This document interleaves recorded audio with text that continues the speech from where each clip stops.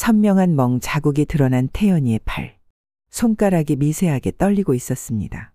눈동자가 흐려지고 있었습니다. 재능이 착취되는 순간 천재성과 취약함이 얼마나 가까운지 보여주는 잔인한 증거. 어두운 서랍에서 꺼내진 국정원 신분증. 강석원 대북정보팀이라는 글자가 빛에 반사되었습니다. 아버지, 이게 무슨... 공무원이긴 했지만 평범한 공무원은 아니었어. 국정원 요원이었단다. 27년간 숨겨온 비밀이 드러나는 순간이었습니다. 아들을 지키기 위해 자신의 정체성을 지우고 살아온 아버지. 컴퓨터 화면에 뜬 충격적인 숫자가 있었습니다. 50억 원. 3개월 만에 해외로 빠져나간 검은 돈이었습니다. 디지털 세계의 패턴 속에 숨겨진 인간의 탐욕이 드러납니다. 태연이가 소매를 걷어올리자 드러난 푸른 멍이 있었습니다. 국정원 출신 아버지의 직감이 위험 신호를 감지했습니다. 세상의 다름을 이용하는 방식의 잔혹함이 드러나는 순간이었습니다. 누가 했어? 박 사장님이요. 지혜는 그냥 보고만 있었어요. 첫사랑의 배신. 사랑이라는 이름으로 포장된 가장 냉혹한 기만. 책상으로 향한 강석원의 손에 들린 오래된 노트가 있었습니다. 오랫동안 묻어두었던 과거가 소환됩니다. 이제 어떡하죠? 내가 다 해결할게. 먼저 증거를 모을 거야. 그리고 그들을 법의 심판대에 세울 거야. 작전 노트의 첫 페이지에 쓰인 단 한 줄이 보였습니다. 작전명 침묵의 복수. 복수는 때로 정의의 다른 이름이 됩니다. 은퇴한 국정원 요원이 다시 그림자 속으로 걸어 들어갔습니다. 이번엔 아들을 지키기 위해서였습니다. 부산 고층 빌딩 깊숙한 곳. 빗방울이 창문을 두드리는 소리만이 어둠을 갈랐습니다. 서버실 앞에 선 부자. 지문 인식기와 비밀번호 패드가 붉은 빛을 발산했습니다. 테크놀로지는 중립적이지만 그것을 사용하는 인간의 의도는 그렇지 않습니다. 비밀번호는 2458샵 7103이에요. 태연이의 손가락이 키보드를 눌렀습니다. 초록색 불이 켜지며 문이 열렸습니다. 화면에 나타난 프로젝트 레드 폴더. 그 안에 국제 도피 범죄자들의 명단과 새 신분 정보가 들어있었습니다. 아버지, 이건 해외 도피 범죄자들의 명단이에요. 박 사장님이 새 신분을 만들어주고 있었어요. 갑작스러운 발소리. 심장이 멎는 순간이었습니다. 복도 끝에 박진수와 경비원들이 나타났습니다. 가면을 쓴 자와 가면이 벗겨진 자의 마주침. 역시 내 생각이 맞았군. 총성이 울렸습니다. 박진수의 권총에서 발사된 총알이 벽을 스쳤습니다. 순간적인 침묵 뒤 전직 국정원 요원의 몸이 빠르게 움직였습니다. 역설적이게도 위기의 순간에 가장 진짜 자신으로 돌아갑니다. 태연아, 괜찮아? 네, 괜찮아요. 총알이 옆으로 지나갔어요. 박진수의 팔을 제압하자 권총이 바닥에 떨어졌습니다. 그의 입꼬리에 비웃음이 스쳤습니다. 자네 아들은 완벽한 도구였어? 자폐라는 그의 결함이 우리에게는 최고의 자산이었지. 태연이의 눈에서 두려움이 사라졌습니다. 대신 결의에 찬 빛이 돌았습니다. 사회가 결함이라 부르는 것이 실제로는 다른 방식의 재능일 수 있습니다. 그는 틀렸어요, 아버지. 제가 바보가 아니라는 걸 보여줬잖아요. 어둠 속에서 빛나는 모니터들. 국정원 작전본부와 연결된 태연이의 컴퓨터가 있었습니다. 디지털 세계에서 그는 더 이상 이방인이 아닙니다. 태연 씨, 방콕 서버에서 이상 징후가 감지됩니다. 데이터 삭제가 진행 중입니다. 삭제 프로토콜 차단 완료했습니다. 백업 시스템 가동 중입니다. 태연이의 손가락이 춤추듯 키보드를 두드렸습니다.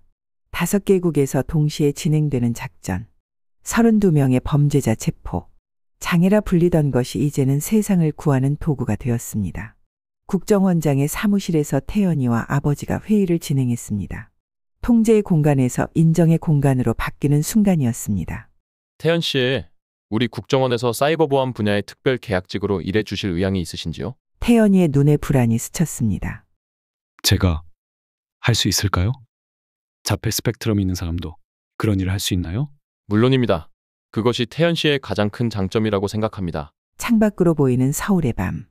아파트 창문에 반사된 태연이와 아버지의 모습이 있었습니다. 2개의 그림자가 하나로 합쳐집니다.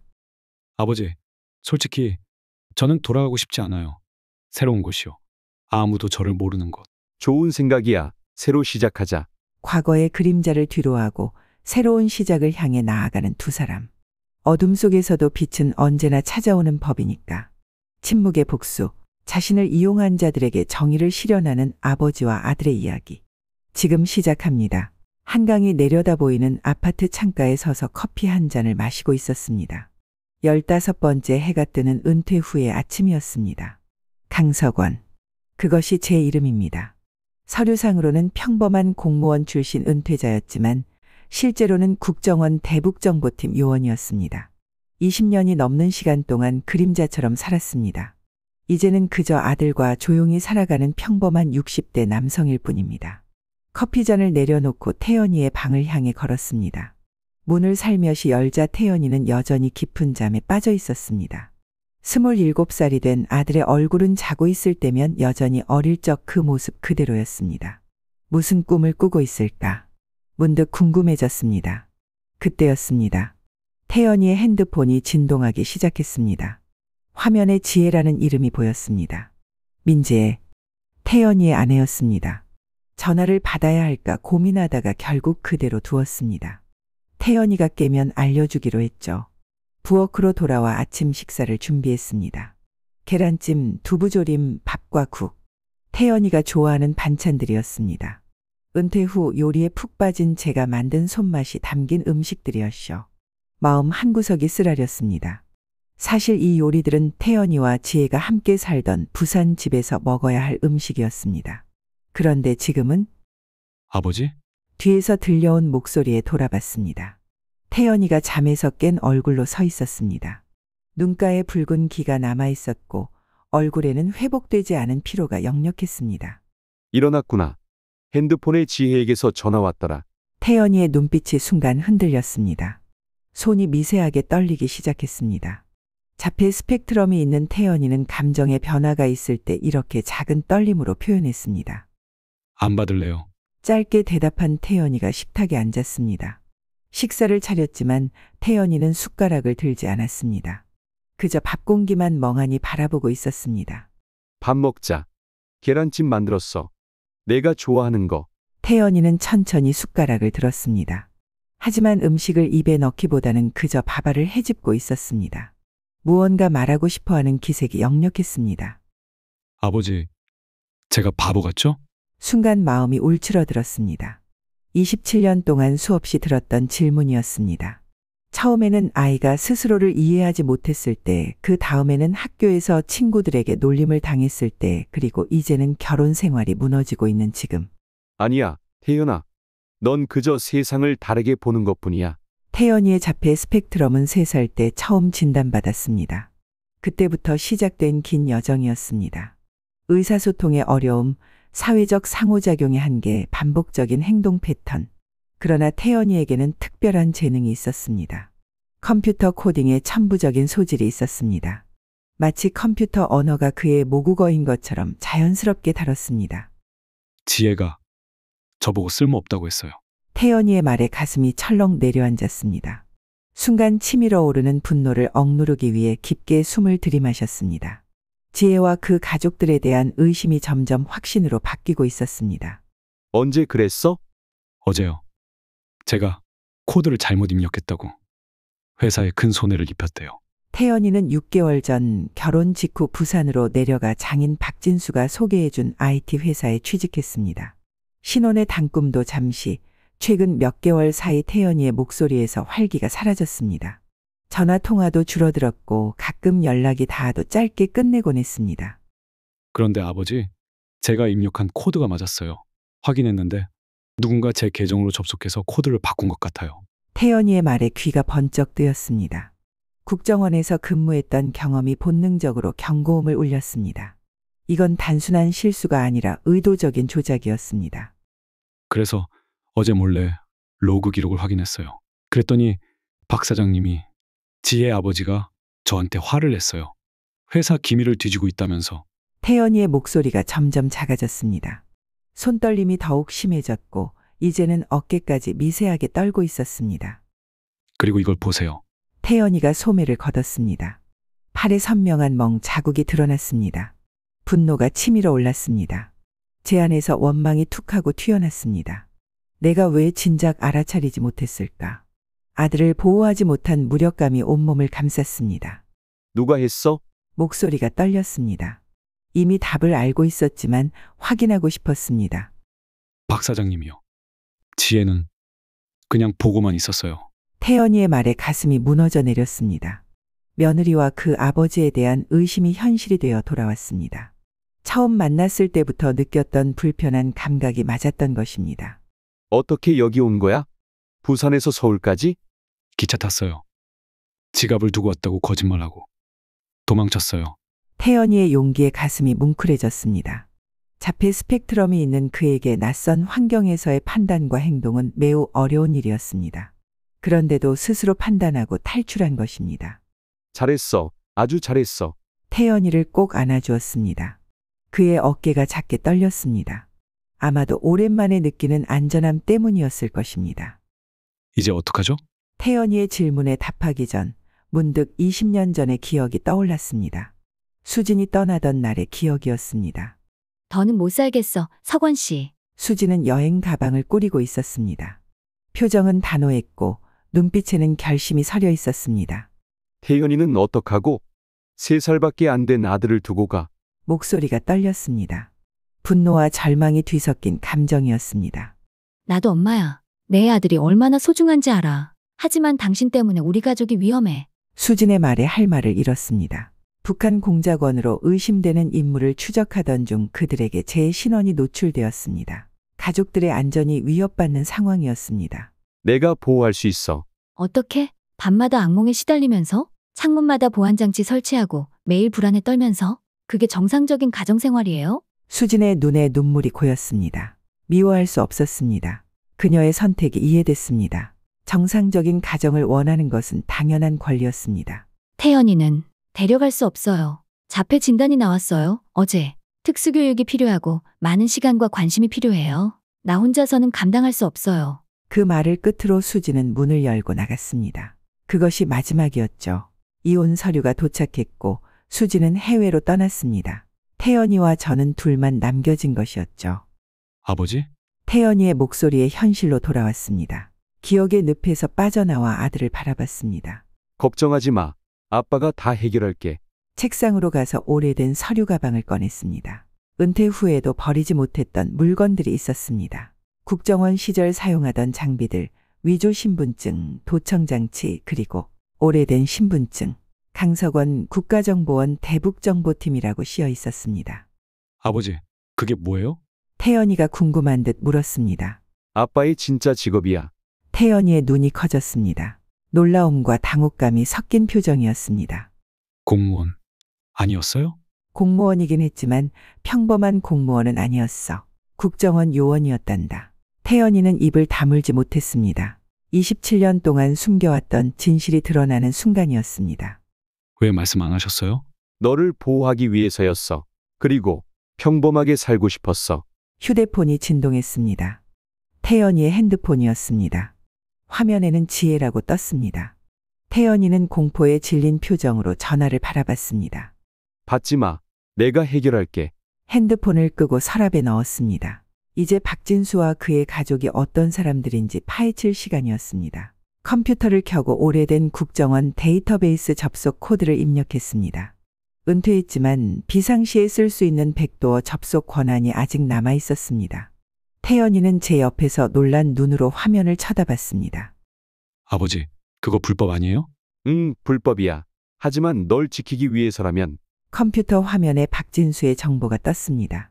겉으로는 성공한 사업가였지만 과거 여러 차례 사기 혐의로 수사선상에 올랐던 기록이 있었습니다. 특히 눈에 띄는 건 해외 범죄 조직과의 연계 의혹이었습니다. 증거 불충분으로 무혐의 처리됐지만 의심의 여지는 충분했습니다. 이 사람들이 왜 나를 이용하려고 한 거예요? 태연이의 질문에 잠시 생각에 잠겼습니다. 그리고 모든 퍼즐이 맞춰지기 시작했습니다. 너의 코딩 실력 때문이야. 해외 자금을 세탁하는 프로그램을 만들게 하려고 한 거야. 내가 자폐 스펙트럼이 있어서 사회적 단서를 읽기 어렵다는 점을 이용한 거지.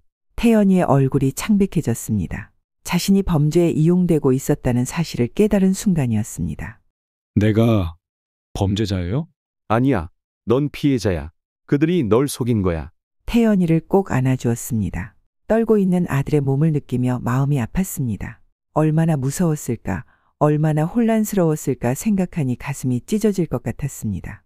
이제 어떡하죠? 내가 다 해결할게. 먼저 증거를 모을 거야. 그리고 그들을 법의 심판대에 세울 거야. 태연이는 고개를 끄덕였습니다.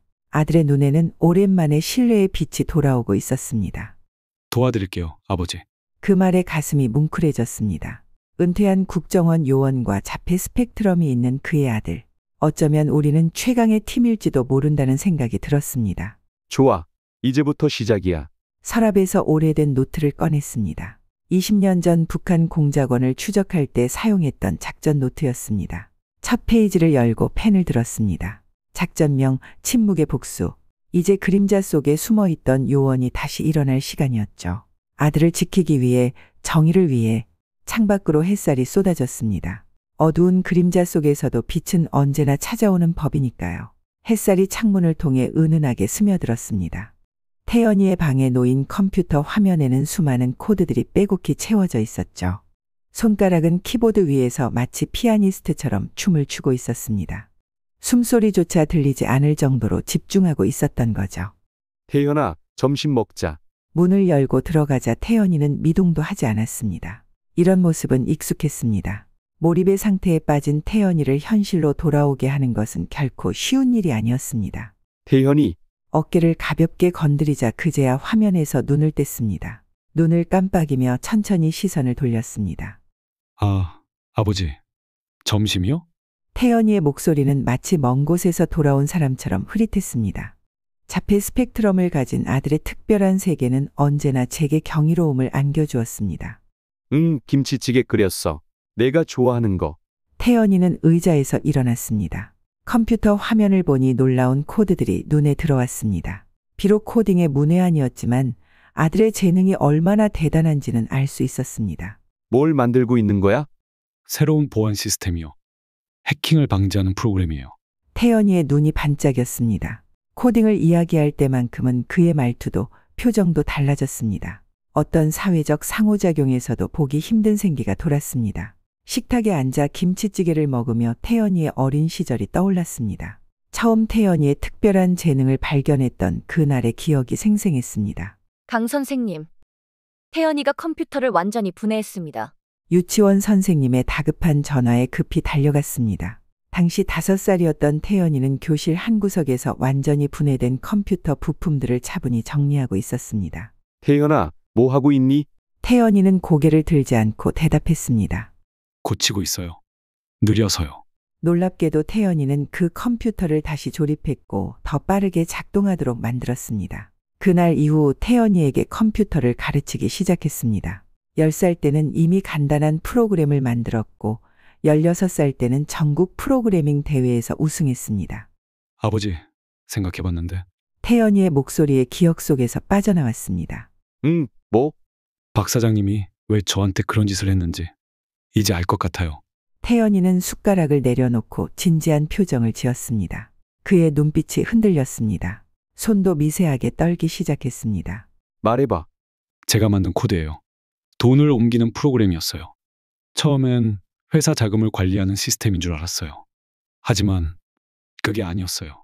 태연이는 잠시 말을 멈추고 숨을 골랐습니다. 감정이 격해질 때면 항상 그랬습니다. 지금 생각해보니 그건 해외 계좌로 돈을 세탁하는 프로그램이었어요. 저도 모르게 범죄에 이용된 거예요. 분노가 치밀어 올랐습니다. 아들의 순수함과 재능을 이용해 범죄에 가담시킨 자들에 대한 증오심이 가슴을 뜨겁게 달궜습니다. 내 잘못이 아니야. 태연아, 그들이 널 속인 거야. 태연이의 눈가에 눈물이 맺혔습니다. 평소에는 좀처럼 감정을 드러내지 않았지만 지금은 무너지고 있었습니다. 지혜는 처음부터 저를 이용하려고 했던 걸까요? 그 질문에 가슴이 아팠습니다. 첫사랑의 배신을 겪고 있는 아들을 어떻게 위로해야 할지 몰랐습니다. 태연아, 지혜를 만난 건 어떻게 된 거야? 처음부터 이야기해 줄 수 있어? 태연이는 잠시 생각에 잠겼습니다. 그리고 천천히 입을 열었습니다. 1년 전 태연이는 근처 편의점에서 아이스크림을 사러 자주 갔습니다. 그곳에서 일하던 민지혜를 처음 만났습니다. 대부분의 사람들과 달리 지혜는 태연이의 특별함을 이상하게 여기지 않았습니다. 오히려 관심을 보였습니다. 이 시간에 항상 오시네요. 정확히 저녁 7시 30분. 태연이는 놀랐습니다. 보통 사람들은 그의 규칙적인 행동을 이상하게 여겼기 때문입니다. 네. 일과예요. 멋있어요. 규칙적인 생활이 건강에 좋대요. 그날부터 태연이는 편의점에 가는 것이 더 기다려졌습니다. 지혜는 항상 웃으며 그를 맞아주었고 천천히 대화를 이어나갔습니다. 태연이의 컴퓨터 이야기를 지루해하지 않고 경청했습니다. 2달 후 지혜는 태연이에게 데이트를 신청했습니다. 처음으로 여자친구가 생긴 태연이는 행복했습니다. 규칙적인 생활 속에 작은 변화가 생겼지만 그것도 나쁘지 않았습니다. 데이트를 3번 한 후 지혜는 태연이에게 가족을 소개하고 싶다고 했습니다. 태연이는 긴장했지만 저에게 상담을 구했습니다. 괜찮을까요, 아버지? 지혜 부모님을 만나도? 당시 저는 지혜와 그녀의 가족에 대해 자세히 알지 못했습니다. 그저 아들이 처음으로 사회적 관계를 넓혀가는 것이 기뻤을 뿐입니다. 물론이지. 예의 바르게 인사하면 돼.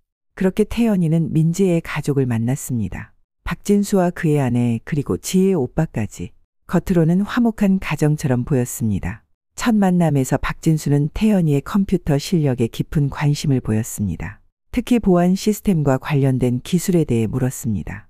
IT 보안 회사를 운영하고 있는데 자네 같은 인재가 필요해. 관심 있나? 태연이에게 좋은 기회처럼 보였습니다. 안정적인 직장, 좋은 급여 그리고 사랑하는 사람과 가까이 있을 수 있는 기회. 2달 후 태연이와 지혜는 결혼했습니다. 서두른 결혼이었지만 태연이는 행복했습니다. 결혼식 날 그의 얼굴에는 이전에 본 적 없는 환한 미소가 피어 있었습니다. 아버지, 저 이제 정상인처럼 살 수 있을 것 같아요. 지혜와 함께라면. 그 말에 가슴이 찡했습니다. 태연이는 항상 자신이 정상이 아니라고 생각했습니다. 다른 사람들과 다르다는 것이 그에게는 큰 상처였던 것입니다. 결혼 후 태연이 부부는 부산으로 이사했습니다. 박진수의 회사 근처였죠. 처음엔 모든 것이 완벽해 보였습니다. 태연이는 매일 전화해서 행복한 일상을 이야기했습니다. 하지만 점차 변화가 생겼습니다. 전화 통화가 줄어들었고 통화 내용도 짧아졌습니다. 태연이의 목소리에서 활기가 사라졌습니다. 회사 일이 바빠요. 나중에 다시 전화할게요. 이런 식의 대화가 반복되었습니다. 가끔 화상 통화를 할 때면 태연이의 얼굴이 헬쑥해 보였습니다. 하지만 그때마다 태연이는 괜찮다고 했습니다. 그래서 언제부터 학대가 시작된 거야? 태연이는 방금 빈 그릇을 바라보며 대답했습니다. 결혼하고 한 달쯤 됐을 때요. 처음엔 말로만 제가 일을 제대로 못한다고 했어요. 그러다가 점점 심해졌어요. 태연이의 손이 떨렸습니다. 기억 속의 공포가 그를 다시 덮치는 듯 했습니다. 지혜는 처음엔 말렸어요. 하지만 나중엔 그냥 보고만 있었어요. 가끔은 같이 비웃기도 했고요. 마음이 찢어지는 것 같았습니다. 제 아들이 사랑한다고 믿었던 사람들에게 배신당한 것입니다. 태연아, 넌 아무런 잘못이 없어. 지혜와 그 가족들이 나쁜 사람들이야. 태연이는 고개를 들고 제 눈을 바라봤습니다. 그의 눈에는 혼란과 슬픔이 가득했습니다. 저는 왜 사람들의 마음을 읽지 못하는 걸까요? 다른 사람들은 다 알아보는데. 그 질문에 가슴이 아팠습니다. 자폐 스펙트럼의 특성 중 하나가 바로 이것이었습니다. 사회적 단서를 읽는데 어려움을 겪는 것. 다른 사람의 의도나 감정을 파악하기 어려운 것. 태연아, 내가 사람들의 마음을 다 읽지 못하는 건 사실이야. 하지만 그건 약점이 아니라 그냥 내 특성일 뿐이야. 넌 대신 다른 사람들이 보지 못하는 것들을 볼 수 있잖아. 태연이는 잠시 생각하더니 고개를 끄덕였습니다. 코드 속의 패턴이요? 그래, 넌 컴퓨터가 어떻게 생각하는지 정확히 알아. 그게 내 힘이야. 태연이의 눈빛이 조금씩 달라지기 시작했습니다. 절망에서 조금씩 희망으로 변해가는 듯했습니다. 아버지, 그들을 어떻게 막을 수 있을까요? 내가 만든 코드를 분석해보자. 그들이 어떤 범죄를 계획했는지 알아내야 해.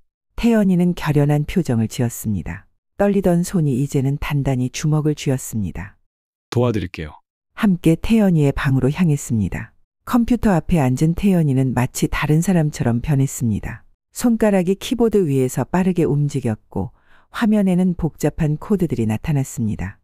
이게 제가 만든 프로그램이에요. 박 사장님이 회사 자금 관리용이라고 했지만. 태연이는 잠시 코드를 분석했습니다. 그리고 놀란 표정으로 제게 돌아봤습니다. 아버지, 이건 자금 세탁 프로그램이에요.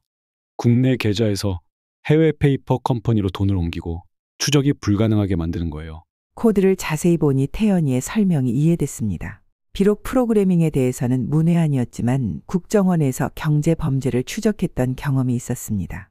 이 코드로 얼마나 많은 돈이 이동했는지 알 수 있어? 태연이는 다시 키보드를 두드렸습니다. 화면에 숫자들이 나타났습니다. 총 50억 원이요. 지난 3개월 동안. 엄청난 금액이었습니다. 이것은 단순한 사기가 아니라 대규모 범죄 조직의 일부분임이 분명했습니다. 박진수, 이 자식. 분노가 치밀어 올랐지만 냉정함을 유지해야 했습니다. 감정에 휘둘리면 실수할 수 있었습니다. 태연아, 이 증거를 백업해놓자. 그리고 박진수의 회사와 연결된 모든 정보를 찾아봐. 태연이는 고개를 끄덕이고 작업을 시작했습니다. 이제 코드에 몰입한 그의 모습은 더 이상 약해 보이지 않았습니다. 오히려 강인해 보였습니다. 창밖으로 햇살이 비치고 있었습니다. 그 빛 속에서 태연이의 얼굴은 결연하게 빛났습니다. 자폐 스펙트럼을 가진 제 아들이지만 이 순간만큼은 그 어떤 사람보다 강해 보였습니다. 태연이가 키보드를 두드리며 말했습니다. 아버지, 지혜가 저를 사랑하지 않았다는 게 아직도 믿기지 않아요. 하지만 이제 알아요. 사랑은 이런 게 아니라는 걸. 그 말에 가슴이 뭉클해졌습니다. 태연이는 성장하고 있었습니다. 아픔을 통해 배신을 통해 더 강해지고 있었습니다. 태연아, 진짜 사랑은 상대방을 있는 그대로 받아들이는 거야. 내 특별함을 이상하게 여기지 않고 그것을 소중히 여기는 거지. 태연이는 잠시 작업을 멈추고 제게 미소를 지었습니다. 여전히 슬픔이 묻어있는 미소였지만 그 속에는 희망도 함께 있었습니다. 아버지, 고마워요. 항상 저를 지켜주셔서. 당연하지. 난 내 아버지니까. 다시 컴퓨터 화면으로 시선을 돌렸습니다. 이제 우리는 박진수와 그의 범죄 조직을 무너뜨릴 증거를 찾아야 했습니다. 그리고 무엇보다 중요한 것은 태연이의 마음을 치유하는 것이었습니다. 태연이의 손가락이 키보드 위에서 춤을 추기 시작했습니다. 그의 특별한 재능이 이제는 정의를 위해 빛나고 있었습니다. 자폐 스펙트럼이라는 특성이 이 순간만큼은 가장 강력한 무기가 되어 있었습니다. 비록 세상은 태연이를 다르게 보았지만 제게 있어 그는 언제나 가장 빛나는 존재였습니다. 그리고 이제 그 빛은 더욱 강하게 빛나고 있었습니다. 비가 내리는 창문을 바라보며 생각에 잠겼습니다. 빗방울이 유리창에 부딪히는 소리가 마치 시계 초침처럼 규칙적으로 들려왔습니다. 태연이는 컴퓨터 앞에 앉아 여전히 코드를 분석하고 있었습니다. 벌써 3시간째였습니다. 태연아, 좀 쉬었다가 하는 게 어때? 태연이는 고개도 들지 않고 대답했습니다. 조금만 더요. 중요한 걸 찾은 것 같아요. 태연이의 집중력은 놀라웠습니다. 한번 몰입하면 식사도 휴식도 잊곤 했습니다. 자폐 스펙트럼의 특성이기도 했지만 지금은 그 집중력이 우리에게 가장 큰 무기였습니다. 뭘 찾은 거야? 태연이가 드디어 고개를 들었습니다. 눈에는 흥분의 빛이 어려 있었습니다. 이 프로그램이 연결된 서버를 찾았어요. 부산에 있는 박 사장님 회사 서버예요. 거기에 모든 기록이 남아있을 거예요. 태연이의 발견은 중요했습니다. 증거를 확보하기 위해서는 그 서버에 접근해야 했습니다. 원격으로 접속할 수 있어? 태연이는 잠시 생각하더니 고개를 저었습니다. 보안이 너무 강력해요. 물리적으로 접근해야 할 것 같아요. 그 말은 우리가 부산으로 가야 한다는 뜻이었습니다. 위험한 선택이었습니다. 박진수와 그의 사람들이 태연이를 찾고 있을 테니까요. 휴대폰이 울렸습니다. 발신자 표시를 보니 김 과장이라고 떴습니다. 국정원 시절 함께 일했던 동료였습니다. 어제 박진수에 대한 정보를 요청했었습니다. 여보세요? 석원 씨, 자네가 물어본 박진수 말이야. 생각보다 위험한 인물이야. 김 과장의 목소리가 심각했습니다. 어떤 의미에서? 국제적인 범죄 조직과 연결되어 있어. 돈 세탁, 신원 세탁 전문이지. 특히 해외에서 도피 중인 범죄자들에게 새 신분을 만들어주는 일을 해. 순간 등골이 오싹해졌습니다. 태연이가 얼마나 위험한 상황에 처해 있었는지 실감했습니다. 그런데 갑자기 왜 그 인물을 찾는 거야? 잠시 망설였습니다. 하지만 김 과장은 신뢰할 수 있는 사람이었습니다. 내 아들 문제야. 박진수의 딸과 결혼했는데 사기를 당했어. 뭐? 자네 아들이 박진수의 사위라고? 김 과장의 놀란 목소리가 전화기를 통해 들려왔습니다. 이봐, 이건 심각해. 박진수는 최근 국정원 감시 대상이야. 해외 범죄 조직과의 연결 고리로 의심받고 있어. 가슴이 철렁 내려앉았습니다. 상황이 생각보다 더 심각했습니다. 도움이 필요해, 김 과장. 알았어. 내가 할 수 있는 건 다 도울게. 하지만 조심해. 자네 아들도 위험할 수 있어. 전화를 끊고 태연이를 바라봤습니다. 아들은 여전히 컴퓨터 앞에 앉아 있었습니다. 지금 이 순간에도 태연이의 생명이 위험할 수 있다는 생각에 등줄기에 식은땀이 흘렀습니다. 태연아, 상황이 생각보다 심각해. 태연이에게 김 과장과의 통화 내용을 설명했습니다. 태연이의 표정이 굳어졌습니다. 그럼 지혜는 처음부터 저를 이용하려고 했던 거예요? 그 질문에 답하기가 어려웠습니다. 하지만 진실을 말해야 했습니다. 그런 것 같아, 태연아. 내 코딩 실력과 특성을 이용하려 했던 거지. 태연이의 눈에 눈물이 고였습니다. 손이 떨리기 시작했습니다. 그럼 우리 결혼도 사랑도 다 거짓이었어요? 가슴이 찢어지는 것 같았습니다. 아들의 첫사랑, 첫 결혼이 이런 식으로 끝나다니. 태연이를 꼭 안아주었습니다. 태연아, 내가 느낀 감정은 진짜였어. 사랑한 것은 내 진심이었어.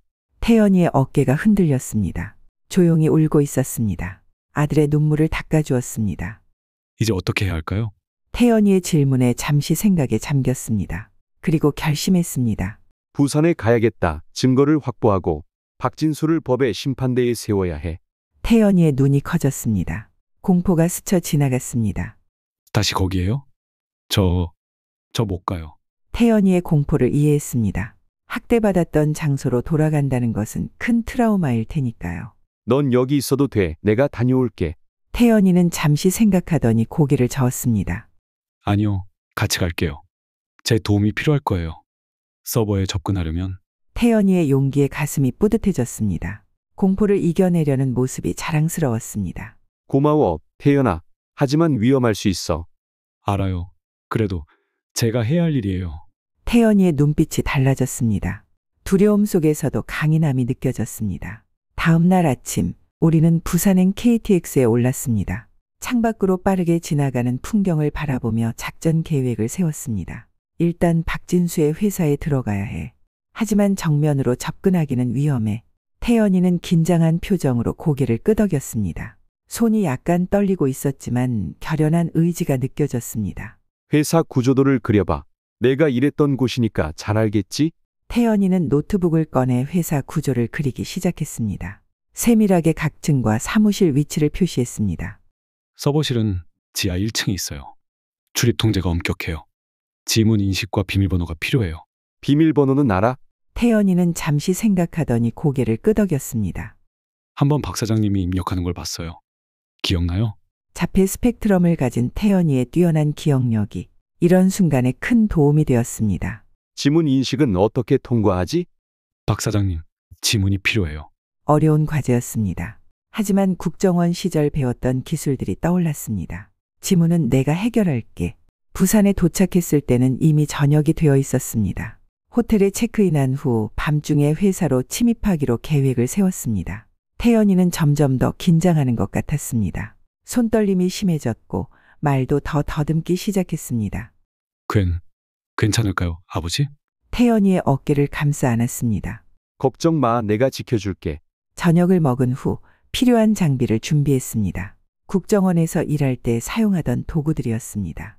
퇴직은 했지만 중요한 장비는 몰래 보관해 두었던 것이 지금은 다행이었습니다. 이게 뭐예요? 태연이가 작은 장치를 가리켰습니다. 지문 복제기야. 박진수의 지문이 묻은 물건이 필요해.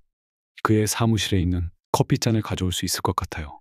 자정이 조금 지났을 때 우리는 회사 건물 근처에 도착했습니다. 건물은 대부분 어두웠지만 몇몇 창문에서는 불빛이 새어나왔습니다. 경비원이 로비에서 졸고 있었습니다. 경비 시스템은 어떻게 작동해? 태연이는 잠시 생각하더니 대답했습니다. 모션 센서와 CCTV예요. 하지만 시스템이 오래되어서 사각지대가 있어요. 태연이가 건물 뒤편을 가리켰습니다. 저기 비상구가 있어요. 알람은 작동하지만 통제실에만 신호가 가요. 경비원에게는 안 들려요. 태연이의 정보는 정확했습니다. 비상구로 접근해 알람 시스템을 무력화시키는 데 성공했습니다. 건물 안으로 들어서자 태연이의 호흡이 가빠졌습니다. 트라우마가 되살아난 것 같았습니다. 괜찮아. 태연이는 고개를 끄덕였습니다. 그의 눈에는 공포와 결의가 동시에 담겨 있었습니다. 할 수 있어요. 조용히 복도를 따라 이동했습니다. 태연이의 기억대로 사각지대를 통해 CCTV를 피했습니다. 박진수의 사무실에 도착했을 때 문은 잠겨 있었습니다. 열쇠가 필요해요. 태연이가 걱정스럽게 말했습니다. 하지만 이런 상황은 수없이 훈련했었습니다. 괜찮아. 주머니에서 작은 도구를 꺼내 문을 열었습니다. 사무실은 어둠에 휩싸여 있었지만 창문으로 들어오는 가로등 불빛으로 윤곽은 볼 수 있었습니다. 커피잔은 어디 있을까? 태연이는 책상 위를 가리켰습니다. 그곳에는 여러 개의 머그컵이 놓여 있었습니다. 저건 박 사장님 전용 컵이에요. 아무도 못 쓰게 해요. 신중하게 컵을 집어 지문을 복제했습니다. 이제 서버실로 가야 했습니다. 여기서 지하로 내려가는 엘리베이터가 있어요. 태연이가 복도 끝을 가리켰습니다. 하지만 그때 갑자기 복도에서 발소리가 들려왔습니다. 누군가 오고 있어. 재빨리 사무실 안쪽 캐비닛 뒤로 숨었습니다. 태연이의 몸이 떨리고 있었죠. 소리가 가까워졌습니다. 그리고 사무실 문이 열렸습니다. 여기서 뭐 하는 거야? 낯익은 목소리였습니다. 민지의 목소리였습니다. 하지만 그녀는 혼자 말하는 것 같지 않았습니다. 확인해 봐야 해. 태연이가 여기 왔을 수도 있어. 남자 목소리가 들렸습니다. 태연이의 옆구리를 찔러 조용히 하라는 신호를 보냈습니다. 태연이는 온몸을 떨고 있었지만 입을 꼭 다물고 있었습니다. 바보 같은 소리 하지 마. 어떻게 여기까지 올 수 있겠어? 그 멍청이가? 지혜의 차가운 목소리에 태연이의 눈에 눈물이 맺혔습니다. 사랑했던 사람의 진짜 모습을 직접 듣는 것은 가슴 아픈 일이었습니다. 그래도 조심해야 해. 아버지가 그러셨잖아. 태연이 아버지가 수상하대. 남자 목소리는 아마도 지혜의 오빠일 것입니다. 그냥 퇴직한 공무원이야. 뭘 어떻게 한다고. 지혜가 비웃으며 말했습니다. 아버지는 그렇게 생각 안 하시던데. 뭔가 알고 있다고 하셨어. 잠시 정적이 흘렀습니다. 그리고 지혜가 다시 말했습니다. 어쨌든 서둘러야 해. 3일 후에 모든 거래가 끝나면 우리도 해외로 나가야 해. 태연이는 어떻게 할 거야? 용도가 끝났으니 필요 없지. 아버지가 알아서 처리하실 거야. 그 말에 피가 거꾸로 솟는 것 같았습니다. 처리한다는 말은 결코 좋은 의미가 아니었습니다. 태연이의 생명이 위험한 상황이었습니다. 두 사람은 잠시 더 이야기를 나눈 후 사무실을 나갔습니다. 발소리가 멀어졌을 때 비로소 안도의 한숨을 내쉬었습니다. 태연아, 괜찮아? 태연이의 얼굴은 창백했습니다. 그의 눈에는 깊은 상처가 서려 있었습니다. 지혜가 저를 정말 사랑한 적이 없었어요. 가슴이 아팠습니다. 아들의 순수한 마음이 이렇게 짓밟히는 것을 보는 것은 고통스러웠습니다. 미안해, 태연아.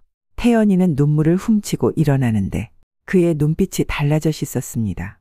이제 결의에 찬 모습이었죠. 서버실로 가요. 증거를 찾아야 해요. 태연이의 강인함에 놀랐습니다. 이전에 불안하고 떨리던 모습은 사라지고 이제는 목표를 향해 집중하는 모습이었습니다. 조심스럽게 복도로 나와 엘리베이터를 타고 지하 1층 버튼을 누르고 내려갔습니다. 서버실 앞 눈에 들어온 건 지문 인식기와 비밀번호 키패드였죠. 비밀번호는 2458샵 7103이에요. 태연이가 자신 있게 말하며 복제한 지문을 인식기에 대고 비밀번호를 입력했습니다. 초록색 불이 켜지며 문이 열린 서버실안은 차갑고 어두웠습니다. 수많은 서버들이 일렬로 늘어서 있었고 작은 LED 불빛만이 깜빡이고 있었죠. 어떤 서버를 봐야 해? 태연이는 중앙에 있는 큰 서버를 가리켰습니다. 저기에 모든 데이터가 저장되어 있어요. 태연이는 노트북을 꺼내 서버에 연결했습니다. 손가락이 키보드 위에서 춤을 추기 시작했습니다. 화면에는 복잡한 코드들이 나타났습니다. 어떻게 돼가? 거의 다 됐어요. 찾았어요. 태연이의 눈이 반짝였습니다. 화면에는 수많은 파일들이 나타났습니다. 이건 모든 거래 내역이에요. 해외 계좌 정보, 자금 세탁 경로, 그리고 이건 뭐죠? 화면에 프로젝트 레드라는 폴더가 나타났습니다. 태연이가 클릭하자 충격적인 내용이 펼쳐졌습니다. 아버지, 이건 해외 도피 범죄자들의 명단이에요. 그리고 그들의 새 신분 정보도 있어요. 놀라운 발견이었습니다. 박진수는 단순한 자금 세탁을 넘어 국제적인 범죄자들에게 새로운 신분을 제공하는 사업을 하고 있었던 것입니다. 모든 파일을 복사해. 태연이는 외장 하드의 모든 자료를 복사하기 시작했습니다. 집중하는 동안 그의 손은 더 이상 떨리지 않았습니다. 완전히 몰입한 상태였습니다. 다 됐어요. 복사가 완료되자마자 서버실을 나왔습니다. 이제 안전하게 빠져나가야 했습니다. 하지만 엘리베이터에 도착했을 때 충격적인 광경이 펼쳐졌습니다. 박진수가 경비원 둘과 함께 서 있었습니다. 역시 내 생각이 맞았군. 박진수의 차가운 목소리가 복도에 울렸습니다. 태연이는 공포에 질려 제 뒤로 숨었습니다. 오랜만입니다. 장인어른. 차갑게 인사했습니다. 박진수는 비웃으며 대답했습니다. 장인이라 이제 그런 관계는 끝났다고 봐야겠지. 박진수의 눈빛이 위험했습니다. 그는 경비원들에게 손짓했습니다. 두 사람 다 데려가. 경비원들이 다가오기 시작했습니다. 국정원 시절의 훈련이 자연스럽게 몸에서 반응했죠. 첫 번째 경비원의 팔을 잡아 순식간에 제압했습니다. 두 번째 경비원이 달려들었지만 낮은 자세로 중심을 흔들어 그를 바닥에 눕혔어요.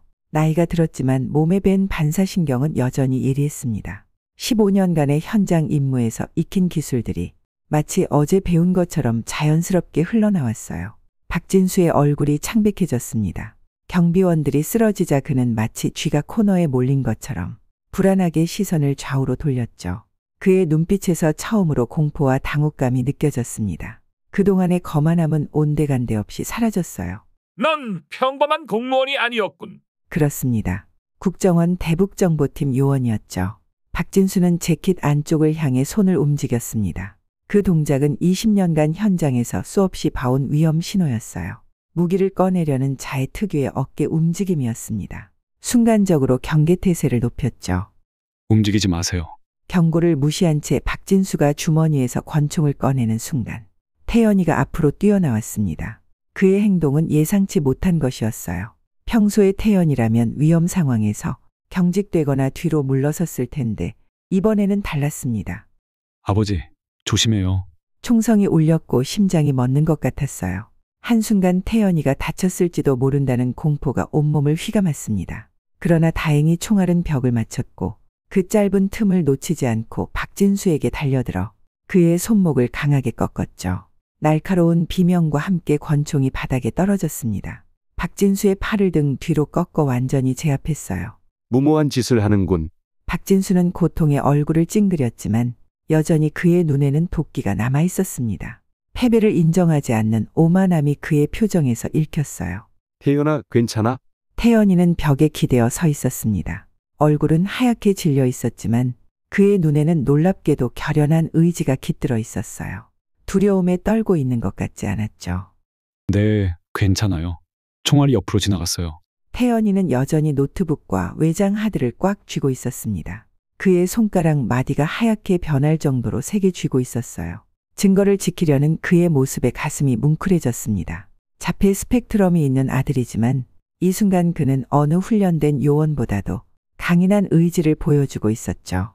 휴대폰을 꺼내 김 과장에게 전화를 걸었습니다. 몇 번의 신호음 끝에 그의 익숙한 목소리가 들렸어요. 상황을 간략하게 설명했습니다. 김 과장, 박진수를 제압해서 모든 증거도 확보했고. 잘했네. 부산팀이 10분 내로 도착할 거야. 그때까지 상황 유지해. 태연이도 무사한가? 오케이. 태연이도 증거도 모두 안전해.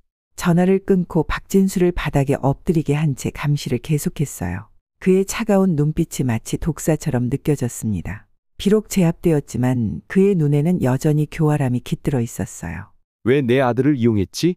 박진수의 입꼬리가 비웃듯 올라갔습니다. 그의 얼굴에 패배를 인정하지 않는 오만함이 역력했어요. 이 영웅난 그저 그의 특별한 능력을 활용했을 뿐이야. 자네 아들은 완벽한 도구였어. 감정 없이 질문 없이 그저 시키는 대로 코딩하는 자폐라는 그의 결함이 오히려 우리에게는 최고의 자산이었지. 그의 말에 분노가 치밀어 올랐지만 끝까지 자제했습니다. 감정에 휘둘리면 그가 원하는 대로 되는 것이었어요. 내 아들은 당신의 도구가 아니야. 그리고 자폐 스펙트럼은 결함이 아니라 특별함이지. 태연이가 조용히 말했어요. 그의 목소리는 떨리지 않았고 오히려 단단한 확신이 담겨 있었습니다.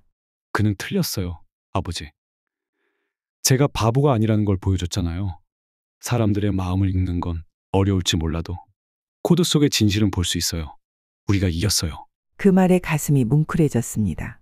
자폐 스펙트럼을 가진 태연이가 이 모든 상황을 해결하는 데 결정적인 역할을 했던 것이죠. 그의 특별함이 오히려 강점이 되어 범죄 조직을 무너뜨린 것입니다. 서버실 복도에서 발소리가 들렸고 곧 김 과장의 목소리가 들려왔어요. 서건 씨. 여기야. 검은 정장을 입은 국정원 요원들이 신속하게 상황을 통제했습니다. 김 과장이 직접 박진수에게 다가가 차가운 금속 수갑을 채웠어요. 박진수, 당신은 자금 세탁 신원 세탁, 국제 범죄 조직 연루 혐의로 체포됩니다. 당신이 한 말은 모두 기록되어 법정에서 증거로 사용될 수 있습니다. 구독과 좋아요를 눌러도 용서가 되지 않아요. 건물을 나오는 길에 로비에서 지혜와 마주쳤습니다. 그녀는 경비원과 이야기를 나누다가 우리를 보고 얼어붙었어요. 충격받은 표정으로 특히 태연이를 향해 당혹감 가득한 시선을 보냈죠. 태연 오빠, 태연이는 잠시 멈춰섰습니다.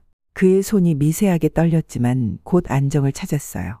이전의 태연이라면 지혜를 마주했을 때 무너져 내렸을 것입니다. 하지만 지금의 그는 달랐어요.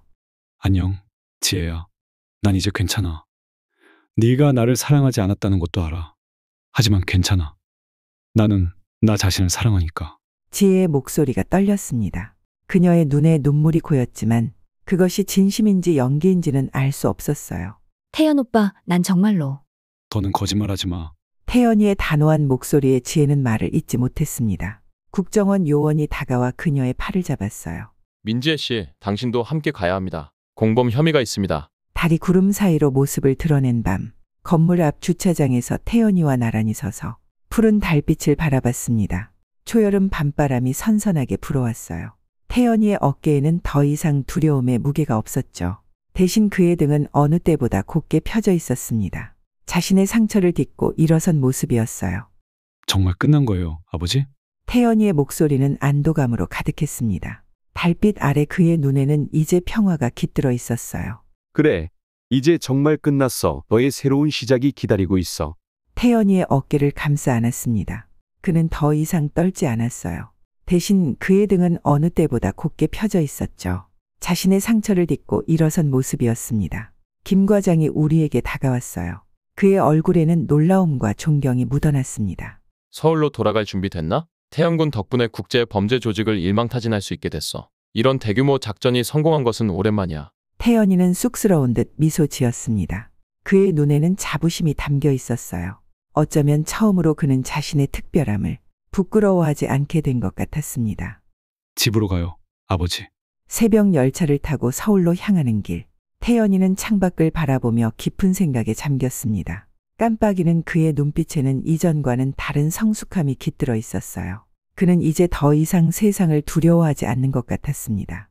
과거의 그림자를 뒤로하고 이제 우리는 새로운 시작을 향해 나아가고 있었어요. 자폐 스펙트럼의 특별함을 가진 아들과 그림자 속에서 살아온 아버지의 여정이 새로운 국면을 맞이하고 있었습니다. 어둠 속에서도 빛은 언제나 찾아오는 법이니까요. 새벽녘 창문을 통해 들어오는 희미한 빛에 눈을 떴습니다. 시계는 4시 30분을 가리키고 있었습니다. 국정원 시절부터 몸에 밴 생활 패턴으로 습관처럼 일찍 일어난 것입니다. 오늘은 D-Day, 박진수의 국제범죄 조직을 일망타진할 작전이 실행되는 날이었습니다. 주방으로 향해 커피를 내리며 머릿속으로 작전 계획을 다시 한번 정리했습니다. 뒤에서 발소리가 들려 돌아보니 태연이가 잠옷 차림으로 서 있었습니다. 평소라면 아직 자고 있을 시간이었습니다. 그의 얼굴에는 긴장감과 함께 이전에 보지 못했던 결연한 의지가 담겨 있었습니다. 아버지, 일어나셨어요? 그에게 커피를 한 잔 건넸습니다. 태연이는 조심스럽게 잔을 받아들었습니다. 그의 손이 미세하게 떨렸지만 예전처럼 과도하게 불안해하는 모습은 아니었습니다. 그저 중요한 작전을 앞둔 자연스러운 긴장감이었습니다. 잠을 못 잤어요. 오늘이 중요한 날이잖아요. 아침 식사를 마친 후 각자 준비를 시작했습니다. 태연이는 컴퓨터 앞에 앉아 시스템을 점검했고 저는 김 과장과 통화하며 최종 계획을 확인했습니다. 한국, 태국, 필리핀, 베트남 모든 팀이 대기 중이었고 9시 정각에 작전이 시작될 예정이었습니다. 시간이 흘러 마침내 9시가 되었습니다. 태연이의 컴퓨터 스피커에서 작전 책임자의 목소리가 흘러나왔습니다. 태연이는 놀라울 정도로 침착하게 응답했습니다. 그의 손가락이 키보드 위에서 빠르게 움직이기 시작했고 화면에는 복잡한 코드들이 나타났습니다. 작전은 순조롭게 진행되었습니다. 태연이는 끊임없이 정보를 분석하고 각 팀에게 필요한 데이터를 전송했습니다. 중간에 방콕 서버에서 데이터 삭제 시도가 있었지만 태연이는 신속하게 차단 프로토콜을 가동시켰습니다. 그의 집중력과 문제 해결 능력은 놀라웠습니다. 4시간의 작전 끝에 마침내 작전 책임자가 성공을 알렸습니다. 모든 목표물이 체포되었고 서버도 모두 확보되었습니다. 태연이는 처음으로 등받이에 기대어 깊은 숨을 내쉬었습니다. 그의 눈에는 안도감과 함께 성취감이 깃들어 있었습니다. 그날 저녁 김 과장이 안전가옥을 방문했습니다. 32명의 범죄자가 체포되었고 5개국에서 서버를 모두 확보했다는 보고였습니다. 박진수의 국제범죄조직은 완전히 와해되었습니다. 김 과장은 태연이에게 진심 어린 감사를 표했고 태연이는 쑥스러운 듯 고개를 숙였습니다. 김 과장이 떠난 후 태연이와 함께 베란다에 앉아 밤하늘을 바라보았죠. 별들이 유난히 밝게 빛나고 있었습니다. 태연이의 눈빛에는 더 이상 과거의 두려움이 없었습니다. 대신 새로운 가능성에 대한 기대가 느껴졌습니다. 이제 우리 집으로 돌아갈 수 있겠네. 태연이는 하늘을 바라보며 천천히 고개를 저었습니다. 그의 얼굴에는 단호함이 서려 있었습니다. 아버지, 솔직히 저는 돌아가고 싶지 않아요. 그곳에는 기억하고 싶지 않은 것들이 너무 많아요. 태연이의 말에 고개를 끄덕이면서 아들의 마음을 이해할 수 있었습니다. 상처가 남아있는 곳으로 돌아가는 것은 아무에게도 쉬운 일이 아닙니다. 새로운 곳이요. 아무도 저를 모르는 곳. 새 출발을 할 수 있는 곳. 새로운 시작, 그것은 저도 원하던 것이었습니다. 퇴직 후 평범하게 살고 싶었지만 과거의 그림자가 항상 따라다녔습니다. 이제 그 그림자에서 완전히 벗어날 시간이 온 것 같았습니다. 다음 날 아침 김 과장으로부터 또 다른 전화가 왔습니다. 국정원장이 직접 태연이를 만나고 싶어 한다는 놀라운 소식이었습니다. 사이버 보안 분야에서 태연이를 특별 계약직으로 고용하고 싶다는 제안이었습니다. 태연이에게 이 소식을 전하자 그의 눈이 커졌습니다. 놀라움과 불안이 교차하는 표정이었죠. 자신의 상태가 그런 일을 하는데 방해가 되지 않을까 하는 두려움이 여전히 남아 있었습니다. 제가 할 수 있을까요? 자폐 스펙트럼이 있는 사람도 그런 일을 할 수 있나요?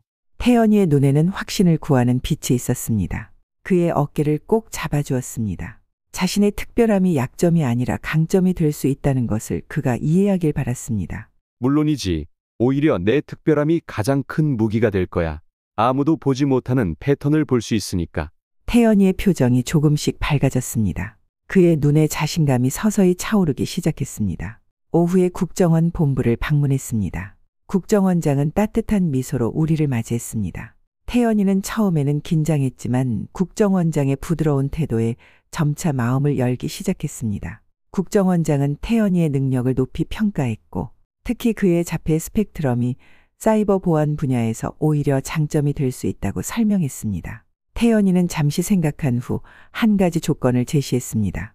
자신이 개발 중인 자폐 스펙트럼을 가진 사람들을 위한 보안 프로그램을 계속 연구하고 싶다는 것이었습니다. 국정원장은 흔쾌히 동의했고 오히려 국정원의 자원을 활용해 그 프로젝트를 지원하겠다고 약속했고 태연이의 얼굴에 희망의 빛이 돌아왔습니다. 회의를 마치고 나오는 길, 태연이의 표정에는 새로운 결의가 깃들어 있었습니다. 그는 더 이상 과거의 상처에 묶여 있지 않았죠. 이제 그의 앞에는 새로운 길이 펼쳐져 있었고 그것은 그의 특별함을 세상에 기여할 수 있는 길이었습니다. 태연이는 처음으로 감정을 솔직하게 표현했죠. 그의 목소리에는 오랫동안 억눌러왔던 기쁨이 묻어났습니다. 자폐 스펙트럼을 가진 그에게 이런 표현은 쉽지 않은 일이었습니다. 아버지, 저 기쁩니다. 차를 타고 숙소로 돌아가는 길, 태연이는 창밖을 바라보며 깊은 생각에 잠겼습니다. 그의 깜빡이는 눈빛에는 이전과는 다른 성숙함이 깃들어 있었습니다.